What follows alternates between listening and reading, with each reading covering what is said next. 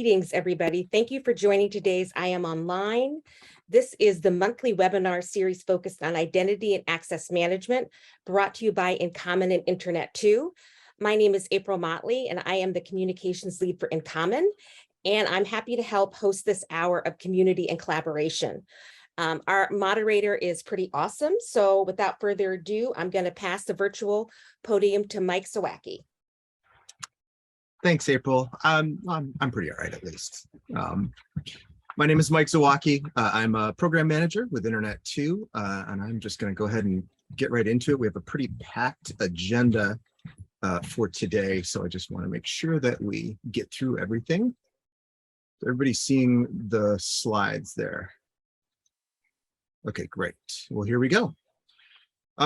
Again, Mike Zawaki, program manager for Internet 2. I'm joined by Rami Bolton, also with Internet 2, who is a project manager. And then we're also joined by some terrific folks from our community, from the eduroam advisory committee and from our support organizations, Ben Nelson and Brett Bieber, both from Connected Nebraska, and Amanda Molinari and Jeff Egley from Utah Education Telehealth Network, or UETN. 2022 has been a pretty big year for eduroam. Really what we're going to do today is look at where we are, what the community has been up to, some new developments with eduroam in the K-12 space, things that we have done this year, and look a little bit about where we're going. And again, then, as April mentioned, we'll be doing Q&A at the end. So please add your questions to the chat, to the Q&A function, or just hold them, and we'll get to as many of you as humanly possible. So where we are, general service update. At present, we have a little over 1,000 subscribers, 1049 to be exact. We have 2,895 service locations. That means places where you can go to eduroam. That's not an AP count, just a location, a facility count. And we'll talk a little bit more about that number in a few minutes here. We are currently have K-12 deployments in 5 states. Again, more info on that to follow. And we're closing in on year one of our new infrastructure. And this is both how eduroam is run from sort of a bits and bytes and plumbing sort of perspective, as well as from a new administrative interface. Speaking of that, here is our new home, the eduroam Federation Manager. A lot of you are probably already pretty familiar with this. I sure hope so. It's the same sort of tried and tested portal that InCommon, that the InCommon Federation uses. So if you use InCommon or are familiar with InCommon, the interface should seem pretty familiar to you. Federated logon will hopefully then decrease some of the difficulty of getting into the interface, make it easier, more seamless, and allow for better kind of access control. We are focusing on sort of flexibility and infrastructure that is easy to expand and extend. We really want to, you're going to hear that a lot, sort of hooks for future functionality. It's sort of been a big driver and a big goal for us. So there have been lots of new additions this year, and there are definitely more to come. Make sure your administrators are using the interface. And again, more on that later. I've also included a link to the eduroam Federation Manager user guide in the eduroam knowledge database there at the bottom.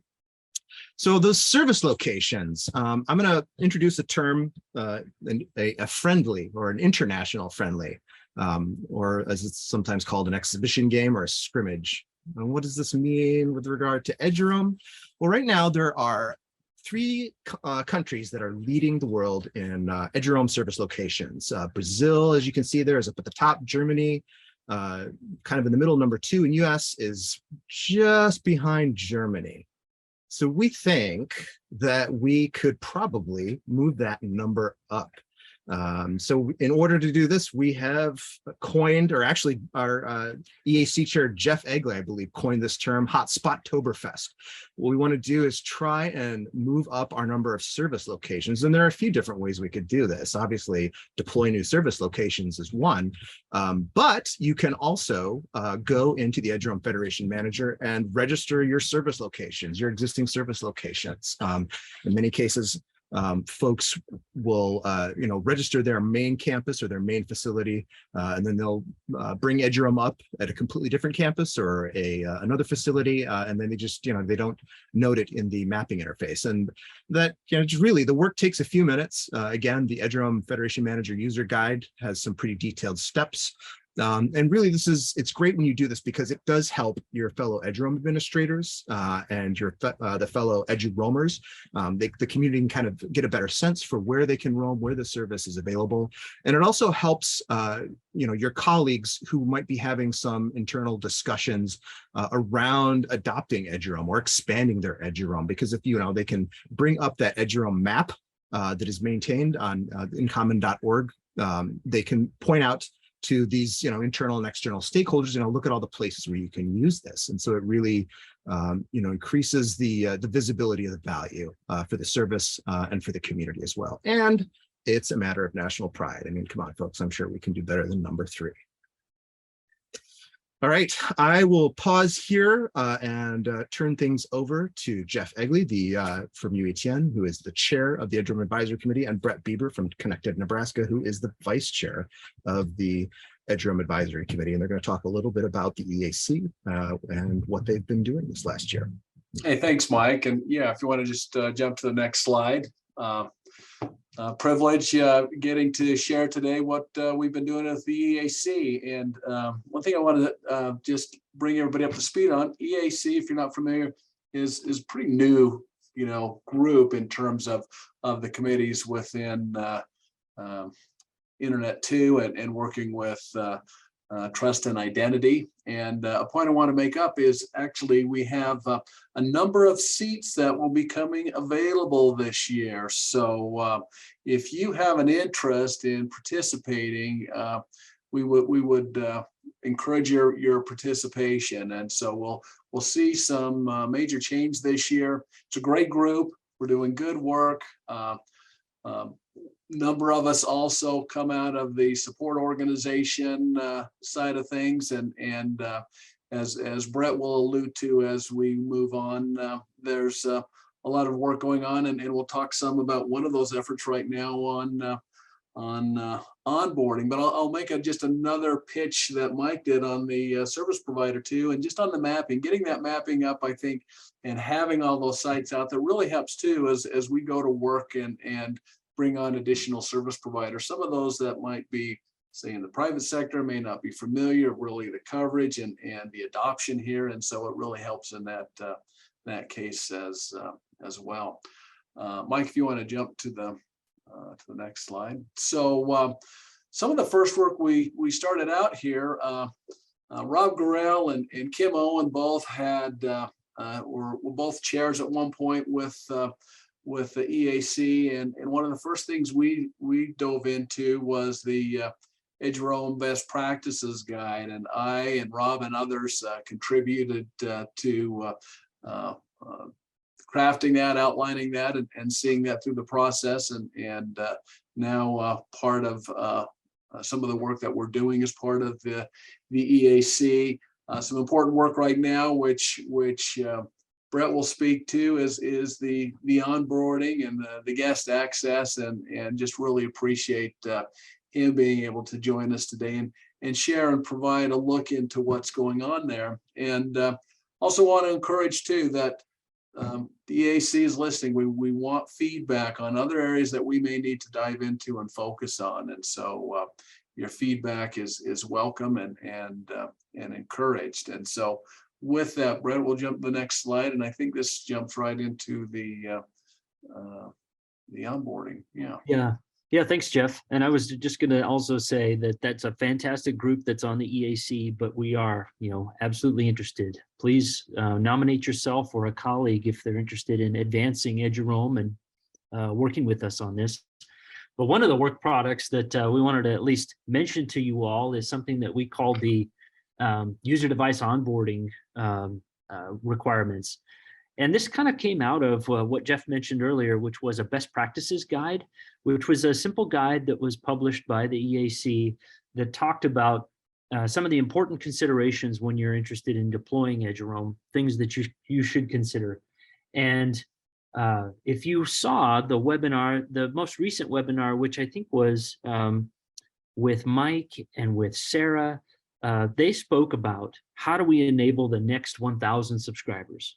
So as Mike mentioned, we're just now over 1,000 subscribers. How do we enable the next 1,000 subscribers, and where will they come from? And what do we need to do as a community to make it easier to onboard new users, and also easier to onboard new organizations that are interested in joining this federated wireless infrastructure. So as I mentioned, we started with a best practices guide. We then continued to evolve that document and work with our advisors within the EAC, some very well-known names within that group that are very interested in and very familiar with eduroam and how to authenticate users.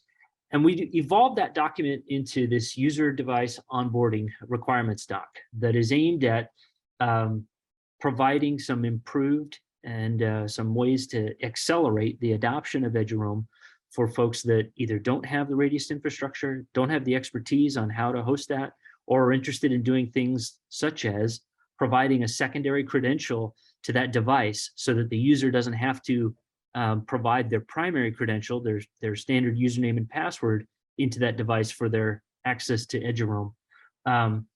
So in combination with that best practices guide and then continuing to develop this user onboarding and requirements document, we're hoping to accelerate that and come up with some really innovative ways that we can advance and get the next 1,000 subscribers. I'll just mention at a high level some very interesting concepts that folks are talking about, such as containerized Radius deployments, such as hosted, potentially even hosted Radius infrastructure, tools like Get Eduroam and tools like CAT. How can all of those work together, including the in-common federation, so that web-based logins and eduroam logins for wireless access can all be simplified for a new adopter that is trying to get onto this and understand this federated identity world that we live in. So I'm excited to continue advancing that and working with folks on that. I think the next slide, actually, Mike, talks a little bit about where this one kind of is prioritized with some other things. So for example, the user device onboarding, we have a lot more interest in that than the guest access, which is another service that is on the list of things that we want to work on for eduroam. So in terms of prioritizations, Sarah and Mike and Rami and the group, they're all helping kind of prioritize and understand where can we actually fit in the work that needs to get done that's kind of recommended by the EAC, and what's the timeline for that. And so right now, I think we're targeting 2023 and to really begin some more discussion around the user device onboarding and accelerate the work and the recommendations that were put forth there. But if any of that sounds interesting to you all, I would recommend that you nominate yourself or volunteer to participate in the EAC, because it is it's a fantastic group to work with. Just one more piece on the guest access. If you want to go to the next slide, Mike. A requirements document was created for what guest access would look like, and that recommendation went to Internet 2 and In Common, and I think we put it out for comment at the end of last year to receive suggestions or any additional feedback on that. And right now, as I mentioned before, the user device onboarding has kind of moved up, and the guest access is something that will be coming in the future, but that will allow, for example, a service provider who's providing eduroam within their location, the ability to create a guest credential that will allow that user, a guest user, to access eduroam at that particular service location. So more to come on that. And as I said before, please volunteer if you're interested in helping us in the EAC. There's a nomination form, and I'm sure we can get that out inside the chat to you all. Please nominate yourself or someone else that's interested in this to help advance eduroam across the United States. And we will win that friendly, Mike. I know we will. I agree. I have every confidence in us. Thanks, Jeff and Brett. Really appreciate your perspective and also your leadership on the committee. All right. So support organization updates. It's probable that most of you might be familiar with this concept, but just in case, I'm going to provide a real quick high-level overview of the support organization program. The idea here is that a regional network or kind of other state or otherwise organization that serves K-12s in a state or part of the country can sign a single agreement and pay a single fee to cover all of the K-12's libraries and museums in their state, and then also do unlimited kind of hotspot turnups as well. They take on some portions of the service delivery to help with the scaling of these sort of really substantial rollouts, and they also manage any contracting or invoicing of its own constituents. So currently there are 3 support organizations that are up and running. Those are Connected Nebraska, Sun Corridor Network serving Arizona, and UETN. We have 2 on-rampers, and I'll talk a little bit about what that means. Currently CEN and Link Oregon. So some quick facts on this. We've got 270 school districts, over 270 actually, private schools and academies, and numerous hotspots across 3 states. We've also entered into, or our support organizations have entered into partnerships with local internet service providers to expand the eduroam service via community hotspots. And really, the support organization community is where the growth in the service has been happening. And with that, I will turn things over to Ben Nelson of Connected Nebraska. Thank you, Mike. Again, Ben Nelson, I'm a project manager for the Connected Nebraska, which is our program that we got established for the eduroam. The Connected Nebraska program is really a collaboration of some very powerful and passionate community groups, including our universities, specifically University of Nebraska, our Network Nebraska department, our Department of Education, and our educational service units and their districts. So a very large collection of groups coming together to make this happen. Network Nebraska, who works with our school districts for internet service, saw the importance of eduroam and has now added this to their list of provided services for all K-12. So it's just provided for, it's sustained at this point. As you can see, currently we are, and those numbers have continued to grow, we are 148 as of this morning, districts signed up, and those are public school districts. We do have 1 private school signed up as well. And it's been a year and 9 months since we started. That first 6 months was our pre-kickoff, and we had 4 brave districts that signed up for that. After that, so 6 months of last year, we had 46 districts sign up. And then this year, in the 9 months since the beginning of this year, we have had 98 districts. So we're actually at 62% of our districts. And you see those ESUs, our educational service units, those support all those districts, public school districts. We got 86% of them all signed up. We have 6 businesses signed up. That includes an ISP and a couple conference centers as well. Next slide. One thing that really jumped up our numbers this year's was some funding. As you can see, we had some gear funding come in. Our governor was great to provide $104 million to distribute for equipment, software, labor as needed to help support this. We opened it up for any kind of equipment. Sorry, it was telling me I was muted. I am not though.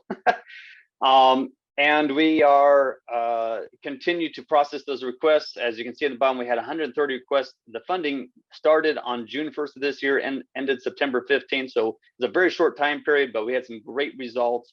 Around $866K will be provided to all those districts to get them signed up. Basically, give them the equipment they need to do eduroam.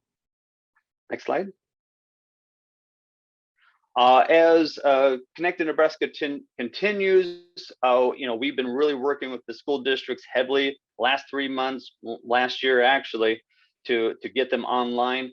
School started, so we're going to slow down a little bit with them. We'll of course continue working with them, but we're also going to start reaching out to our local businesses that work with our schools and see if we can get them enabled. We also work with more ISPs, bus companies, parks, places that we know students will go. We're going to re-engage with our libraries, our museums, and we're going to just try to really find what other partners that we can find to help our Connected Nebraska services. And that is my update.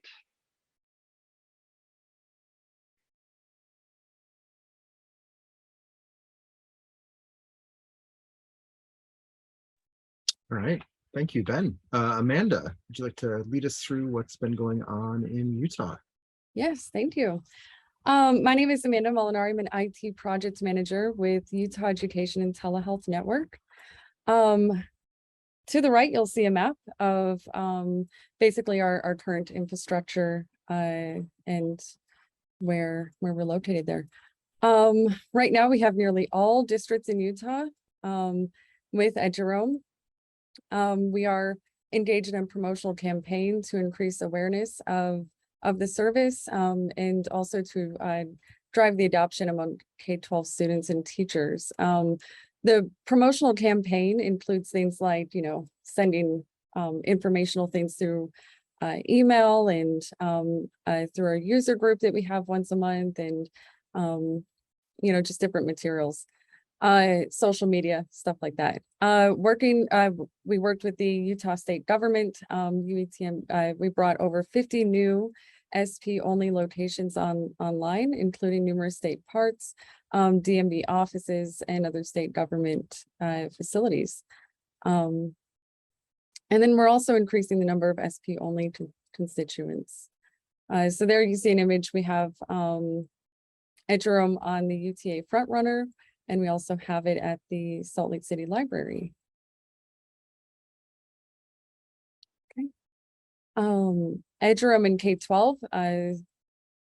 Basically, we're working to expand available hotspots within the areas outside of the districts. So basically, if a district leader or somebody within that community brings a site to my attention and says, hey, we could possibly use eduroam here, and it's a great community location, then I might reach out to them. We might set up meetings, and we'll try to get them set up with eduroam.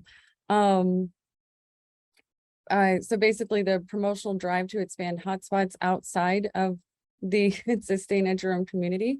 So that would include state government buildings, state parks, DMV rest stops, and then businesses. So right now we are kind of focused on those businesses. We are working with a local provider to reach out to them as well. So, okay, next slide. eduroam to go is a little side project that spurred off of our user group meeting.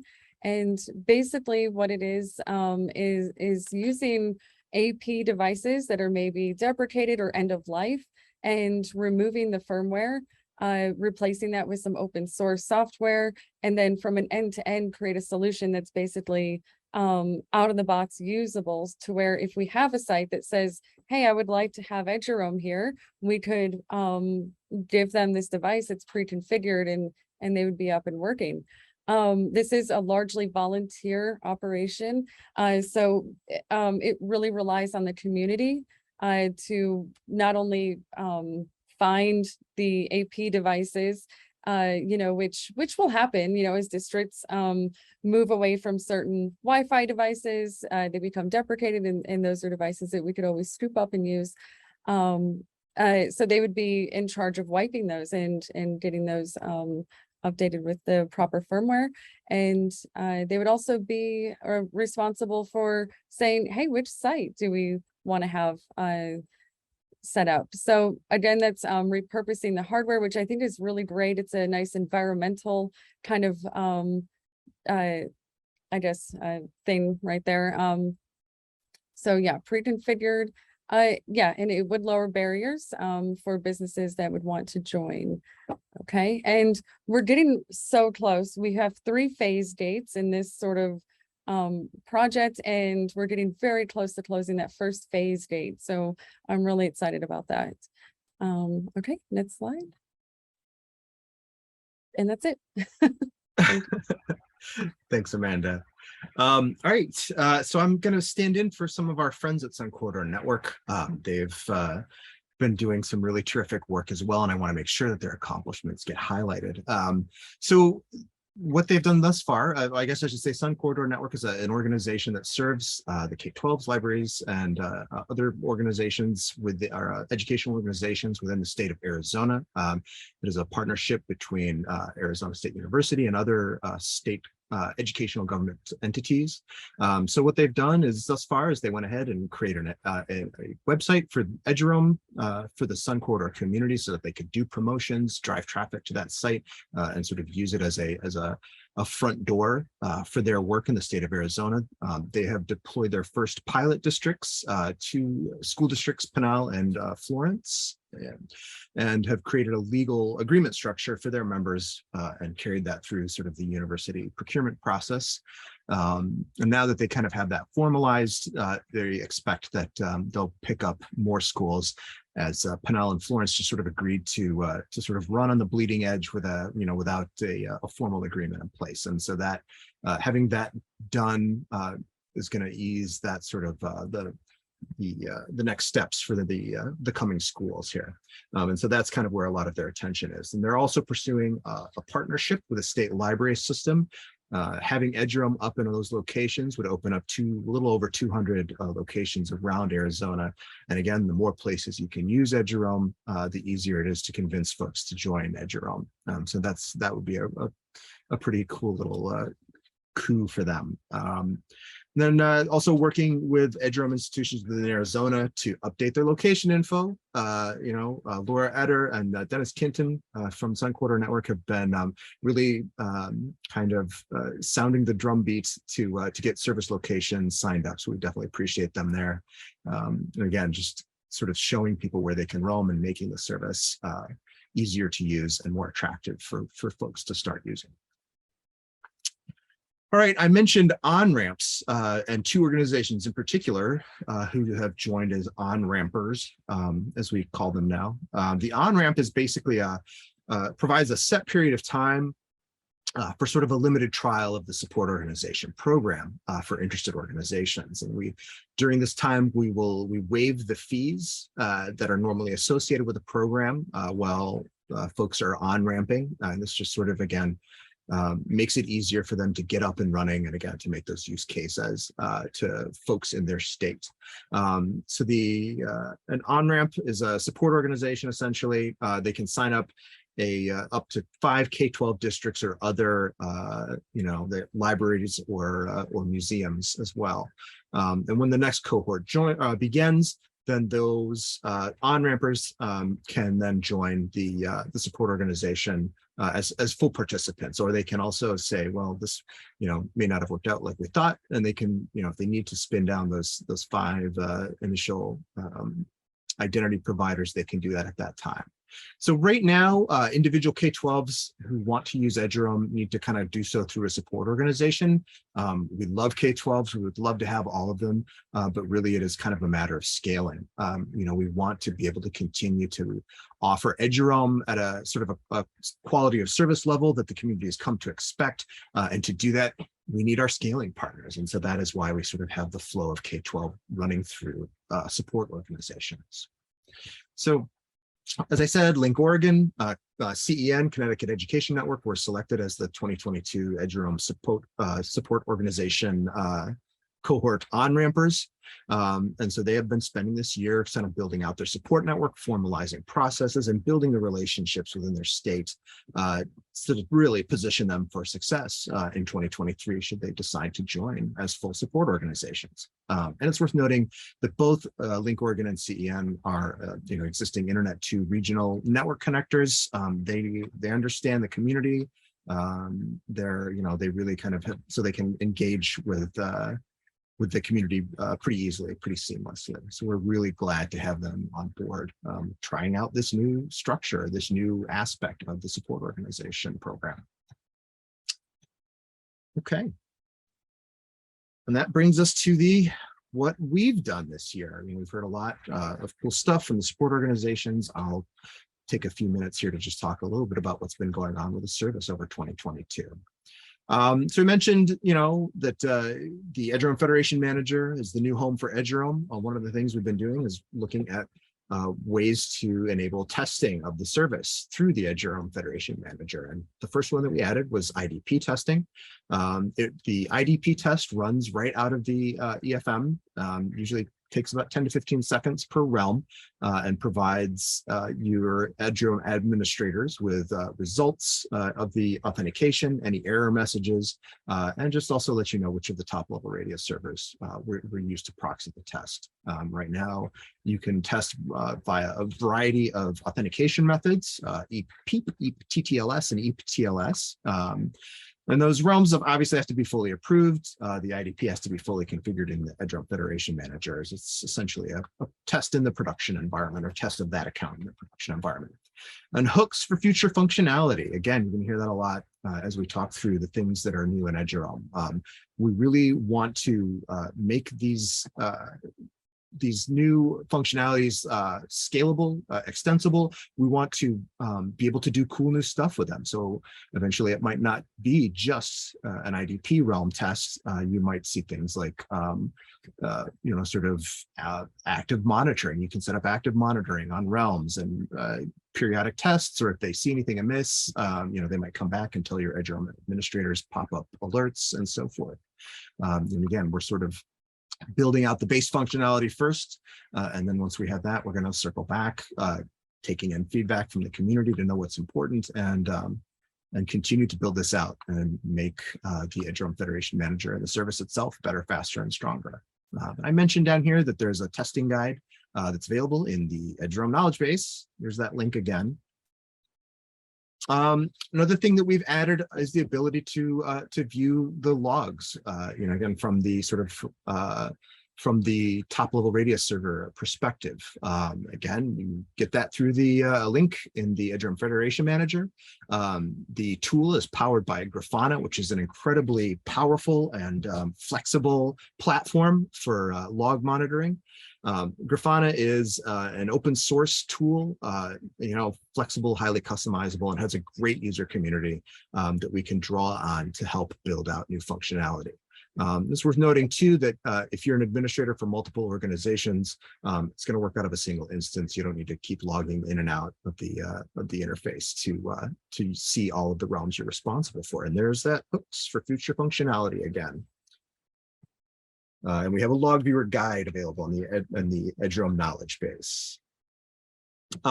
So it isn't just technical stuff. We've been focusing on things like accessibility and making sure that the eduroam Federation Manager, and by extension the service itself, is accessible to folks who might have differences in their sight, in how they hear, and how they can interact with their with a computer.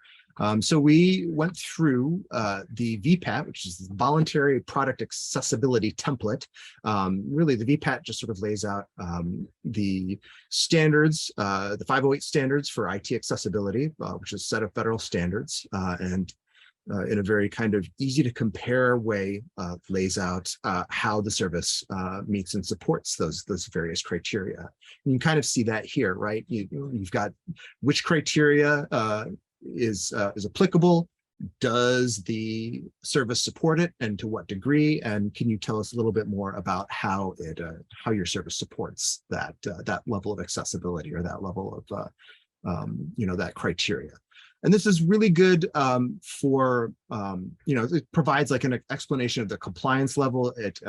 It is really, again, easily digestible, easy to compare. And we found that this is really useful for procurement discussions when folks are talking internally about whether or not they're going to use the service. And this is something that we heard a request and a need for at the community level. And so we made sure to bake that into our list of to-dos over this year. And you can find the VPAT at the knowledge base. There's the link again. You're going to see that link a lot. Another thing that we've focused on here is the HECVAT, or the Higher Education Community Vendor Assessment Toolkit. This is something along the similar lines to the VPAT, although it's not a federal standard. It's really just sort of a questionnaire framework, and it is intended to assess the information security and data protection features and policies of the service and of the organization that offers the service. And so again, it's that kind of consistent methodology for evaluating services. It makes it much easier to sort of do apples to apples comparison, and it helps with procurement procurement discussions. Again, if you can kind of easily demonstrate what the service does and how it does it, that can make those sorts of discussions with internal stakeholders a lot easier. And that the HECVAT is available upon request. Just contact help@incommon.org. Tell us you'd like to see the HECVAT, and we'll send it over to you and your team. All right, closing in on done here. We're going to talk a little bit about, we've talked about our accomplishments, and now we want to kind of take a moment to look at where we're going and what's next for the service and the community. I mentioned IDP testing. Obviously, there's another portion of the service. You want to make sure that users who are roaming at your facility can use the service. And so next on the docket of things to deploy is SP testing. And it's going to be added to the eduroam Federation Manager, exactly like IDP testing. It'll basically sort of use the same process or same framework to present the test tool to your administrators. And it's going to be similar in IDP testing, but it's really worth noting, as I'm sure is probably not much of a surprise to any of you who spent time with the service, that it's completely different under the hood. It's a little more complex because it requires that temporary test accounts be created and then deprovisioned sanely, safely, and securely. And that's sort of why we went with the IDP testing first. It was sort of frankly, it was also a little bit more requested by the community, but also it was sort of an easier technical lift, and we really wanted to put tools in the community's hands as soon as possible. Right now, we're expecting the SP test to be available at the end of or sometime in Q4 of this year or first quarter of next. And you should look for an email update or that will be posted to the eduroam admins list. And you're on eduroam admins, right? Because if you're not, there's a link down there. It's pretty good resource for information on the service in the community. Speaking of which, support your local eduroam administrator by making sure that you have one. What we found is sort of the set and forget nature of eduroam can be a little bit of a double-edged sword, right? Last year, we transitioned from the legacy infrastructure over to our new cloud-forward infrastructure. The eduroam Federation Manager became the method by which folks could manage their service. And it went apparently well enough that some eduroam institutions haven't even needed to log into the eduroam Federation Manager since being moved over. And we really want to make sure that every subscriber has at least one administrator, ideally more than one, and have been reaching out to those who haven't logged in. So if you have not logged in since last year, check your inbox and reach out to us at help@incommon.org if you want a hand getting your account set up. Because obviously, when things break is not the time you want to try to be provisioning your account and setting up credentials. Some general high-level stuff that it's gonna be going on as well. We have a major maintenance planned sometime in mid to late October. This work will involve network elements that service TLRS-1, one of the two top-level radio servers. Right now, we've developed a plan to minimize or avoid service disruptions, and we're going to be testing that in the weeks ahead of the maintenance. Again, if you're an eduroam administrator, you can expect regular communications from Internet 2, and you can go to the eduroam admin list to see updates as well. And then we're also working on service hardening. We really want to make sure that our monitoring gets better, the durability of our infrastructure continues to improve. DevOps is life. When we made the move over to this cloud forward architecture, one of the goals was to enable a more DevOps approach to running and improving the service. So the flexibility of our infrastructure can mean a little bit more design work at the front end of the process.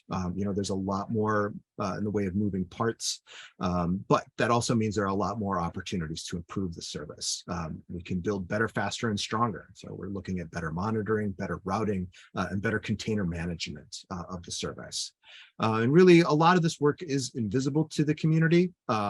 But if you want, you can go over to that eduroam knowledge base or the wiki. You can take a look at the various improvements that the team has been making to the eduroam Federation Manager and to the infrastructure itself. And we are always looking for ways to make things better. So if you have an idea or some feedback, if there's something you'd like us to see or to do more of, less of, or differently, just reach out to help@incommon.org.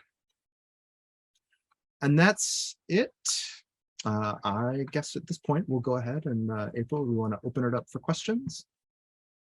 And I also want to thank our panelists, Amanda, Jeff, Ben, Brett, and the whole community that they're standing in front of for helping out with this presentation.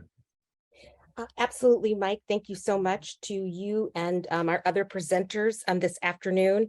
I'm not seeing anything listed in the Q&A. I also was looking in chat. If you do have a question, now is your opportunity to ask it. You can post it in chat or unmute yourself or raise your hand, excuse me, and we'll be happy to address your question live.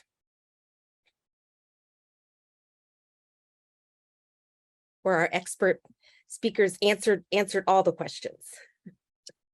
Oh, I will say too that we have members from the eduroam infrastructure team here as well. So if you have questions around sort of the technical aspects, now is a great time. We've got everybody in the room. Mike, I have a quick question actually, and because I've recently been involved in this process. For anybody that is on this afternoon that is not utilizing the new interface, I wonder if you could just say a little bit about how they can get connected, and perhaps an example of a scenario where it was really helpful to someone that they were using the Federation Manager as opposed to not having their admin be connected with us in that way. Sure. I mean, as far as like immediate, I don't want to name names or anything, but we have had a number of instances where an institution, something changed locally, right? Something changed in the radius infrastructure or something changed in their network, and it broke the service. And without being able to get into the eduroam Federation Manager and make the sort of a commensurate or a matching change on the Federation Manager, the service went down essentially, and it took a little bit of time for them to figure out what was going on, and then to try and log in to the legacy interface, and then realize that wasn't working, get a hold of us, and then have us help them provision an account.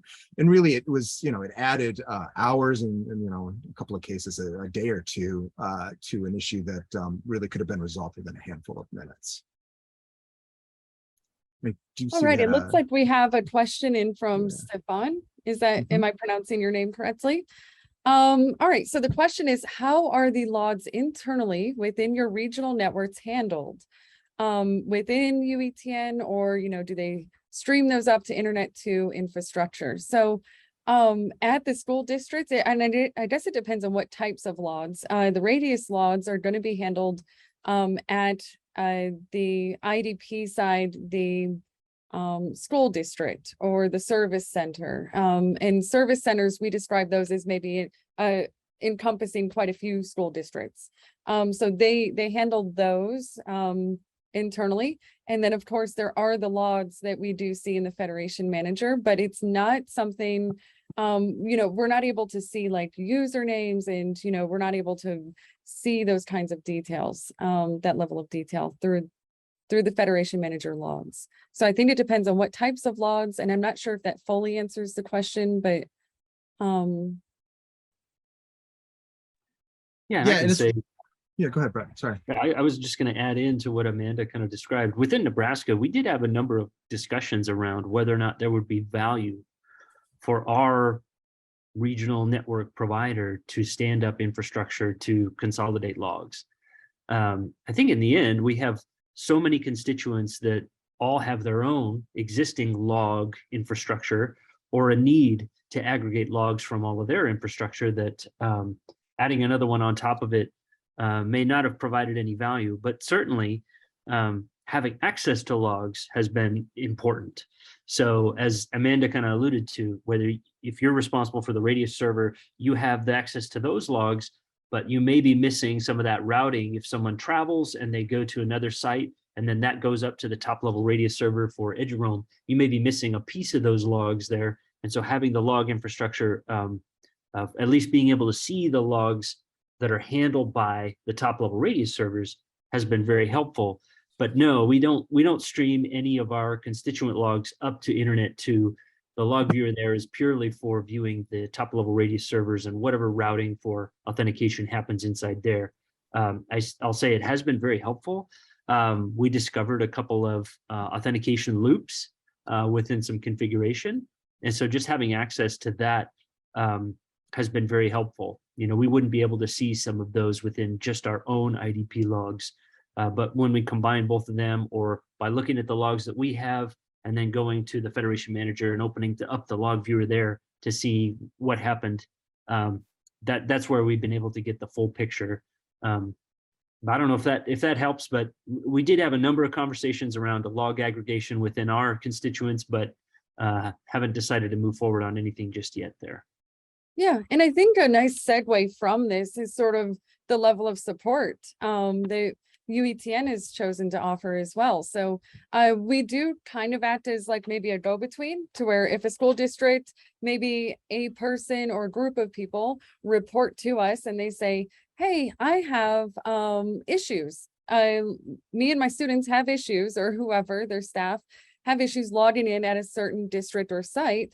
Can you please reach out to them or maybe figure out what might be happening? We don't see anything on our end that might be a problem. So that's where I might come in and say, you know, let's get these guys talking and looking through those logs, you know, in a separate way. But I don't have the ability to look through those, and we actually don't support them technically, but we will facilitate any kind of conversation around that.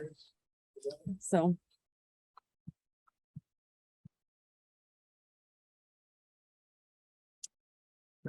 Stefan had another question around the sort of the rough ratio of what we're seeing in terms of radius vendors. Is anyone using NPS or ICE or ClearPass, and you know, sort of what they represent, or which segments represent, I guess. You know, I think, yes, we do see NPS. You know, we do see ICE, ClearPass as well. I think ClearPass is generally not as common in the K-12 space, but you know, Jeff, Amanda, Brett, Ben can, you know, feel free to check me if I'm wrong there. I will say all things Microsoft are pretty popular, and we're seeing more and more instances of sort of Google IDs as well. Although I think at this point, sort of ICE and NPS are most popular around the K-12 space. But again, yeah, Amanda, Brett, Ben. Sure. Yeah, I don't have here. Yeah, I don't have percentages or numbers, but it is across the board. All to those above. So we do see ClearPass, we do see Cisco ICE, and then there's the other one, NPS. And I feel like there was one other vendor, maybe Ruckus based, I want to say. But in all, I think that it's basically whichever has the best documentation, and sometimes it's whatever currently in use for that district. So we do track that. I don't have it for every school. I would say it's a good 40% NPS, about another 40% free radius, and then we have some cloud path. I think that's in there. That's, yeah, Ruckus's solution. Yeah. Yeah. Mind you, I don't have all, but. Well, and Ben, we've tried to collect that information because we often will have people that have the same radius infrastructure and need to have a peer. So we're doing the same thing that Amanda does, where we're trying to play matchmaker and bring people together so they can talk about their configurations. But yes, I myself had to get on some calls and work with some NPS configuration.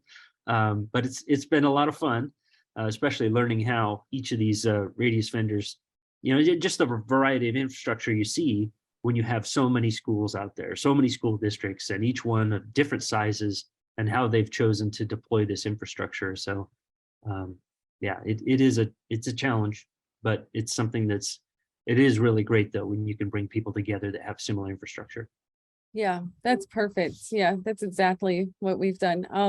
One of the things that I know early on that we definitely stayed away from was making any recommendations because, you know, if a district already has people that are specializing in that particular radius type and they already have it going, we would never want to steer them away from that, especially if they already have those resources. So it became pretty clear where we kind of stood as far as support and you know, assistance on those. So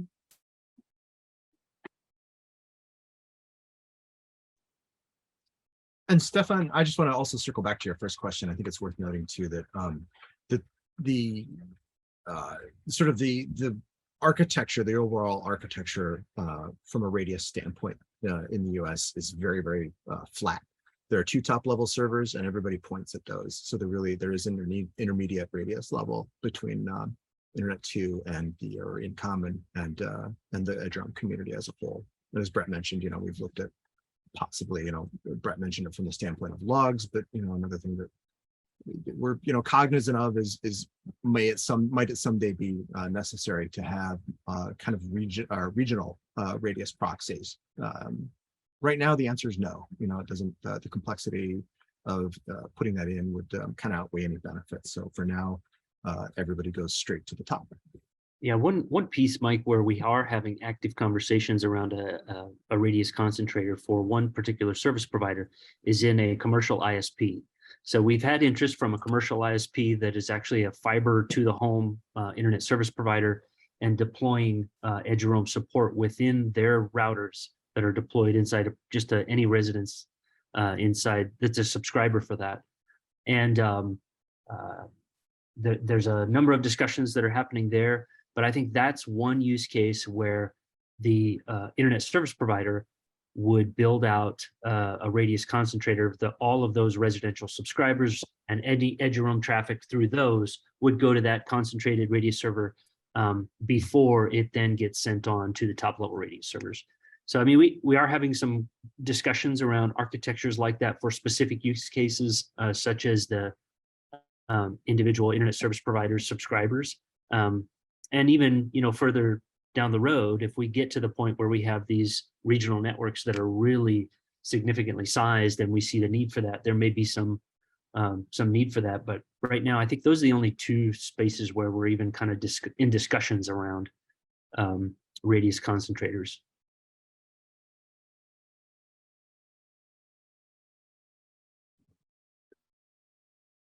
I just wanted to add, I'm active on the eduroam, the global Slack channel. So if anybody wants to reach out to me, ask questions or anything like that, you can contact me through there if you're on there. And also if you have any interest or you want to know more details about the eduroam to go project, I can also, you know, get you added to our Slack channel that we have set up for that. And you can kind of read through the details on it. It's a lot of fun. So.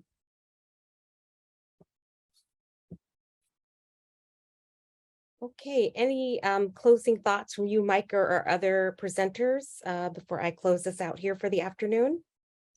I'll just say again, thank you very much to our presenters. Really appreciate all the work that you've done here and especially all the work that we've done in the community for eduroam as a whole.